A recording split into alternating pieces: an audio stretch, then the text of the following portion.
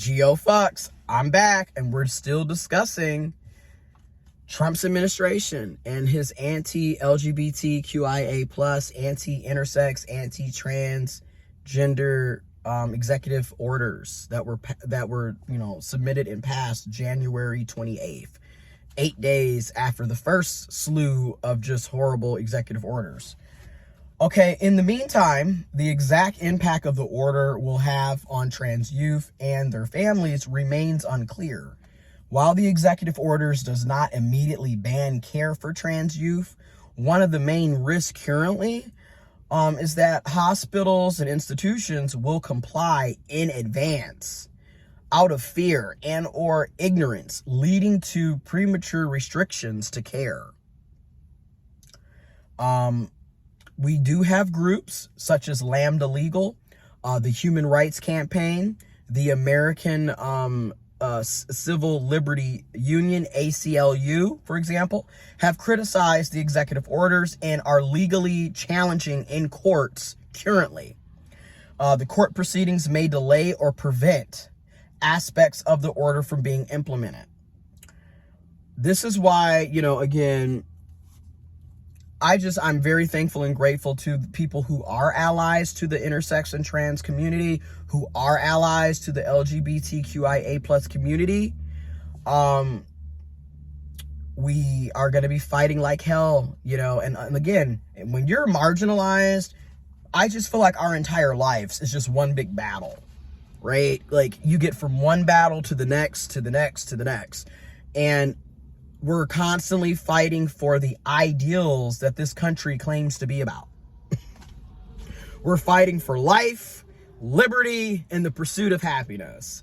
And yet, is that not what this country claims to be about? Yet, in practice, rarely is it ever about that. Unless you are a white, cisgendered, heterosexual, male, Christian Protestant with money, and you better be able-bodied. AKA, you better not have any type of disabilities. And like I said, you better be heterosexual and you better be cisgendered. Preferably white, preferably male. Okay? And you know what I mean? They pretty much tell you that's the only specific demographic who can get rights in this country. Okay? What can trans youth and families do to prepare for what is happening, what is potentially going to come?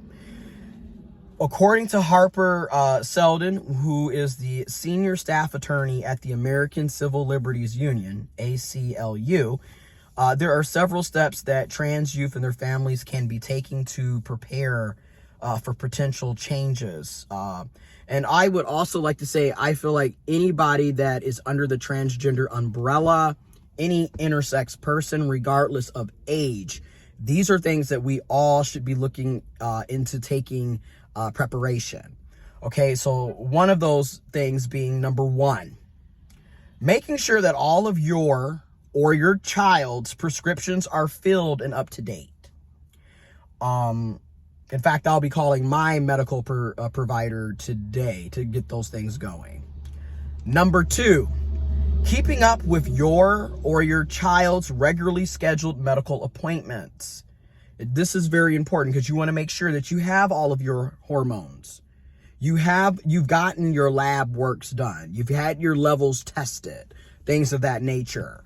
Number three, if you have not heard anything, contact you or your child's medical team to ask what their plan is for the coming weeks and months. It's crazy. I met with my primary care physician in November, like 2 weeks after the election, to discuss, what are the plans? Are we able to submit prescriptions so we can potentially get 6 months worth of prescriptions if they decide to cut our, access to gender affirming care? Like, these are things you need to be asking.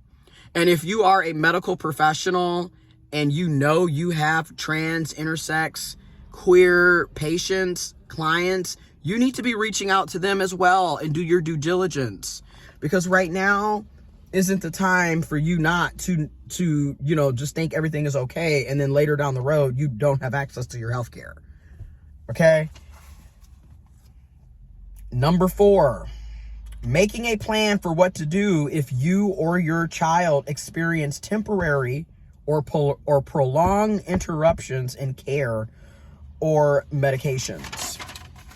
This is very important because this is the other thing that people keep forgetting. Humans need hormones to function. Okay, like it's not just about, puberty. It's not just about your gender, but it's also like it impacts your organs, your entire mental and physical health. Okay, if we're looking at it from a physiology standpoint. And if you, for example, if you are intersex, right? So say you were born intersex, they forced you to live as a woman, as a girl, as a woman. You were born intersex though. So technically you were never male or female, but okay. They forced you to live as a female, as a girl, as a woman. And you, over time, you come out, you're living your truths, you get on the correct gender affirming hormones. So now you're on testosterone, which, mind you, as an intersex person being raised as a girl, I already had elevated testosterone levels for obvious reasons, being born intersex. So,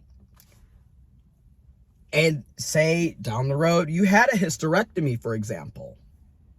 They removed your ovaries, your fallopian tubes, what have you.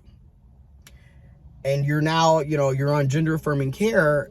So you are on testosterone as your hormone, as your primary sex hormone. You no longer have the capabilities of your body naturally promoting estrogen as a hormone because you had a hysterectomy. So if someone is to take away gender affirming care, that person could literally potentially die because they don't have any access of getting their hormones. It's bigger than just, oh, I don't want trans people having access to healthcare. It's bigger than that. Case in point, if you are a cisgendered woman and you had a hysterectomy, you still need gender affirming hormones. You still need to be on some type of estrogen, progesterone. If you are a cis male and you have low testosterone, you need gender affirming healthcare. You need to be on a regimen of testosterone because you have low T. Or if you are a cis male and you had prostate cancer and they removed your testes, guess what? Your body doesn't produce testosterone anymore. You need gender affirming healthcare. You're going to need to be on testosterone for the rest of your life.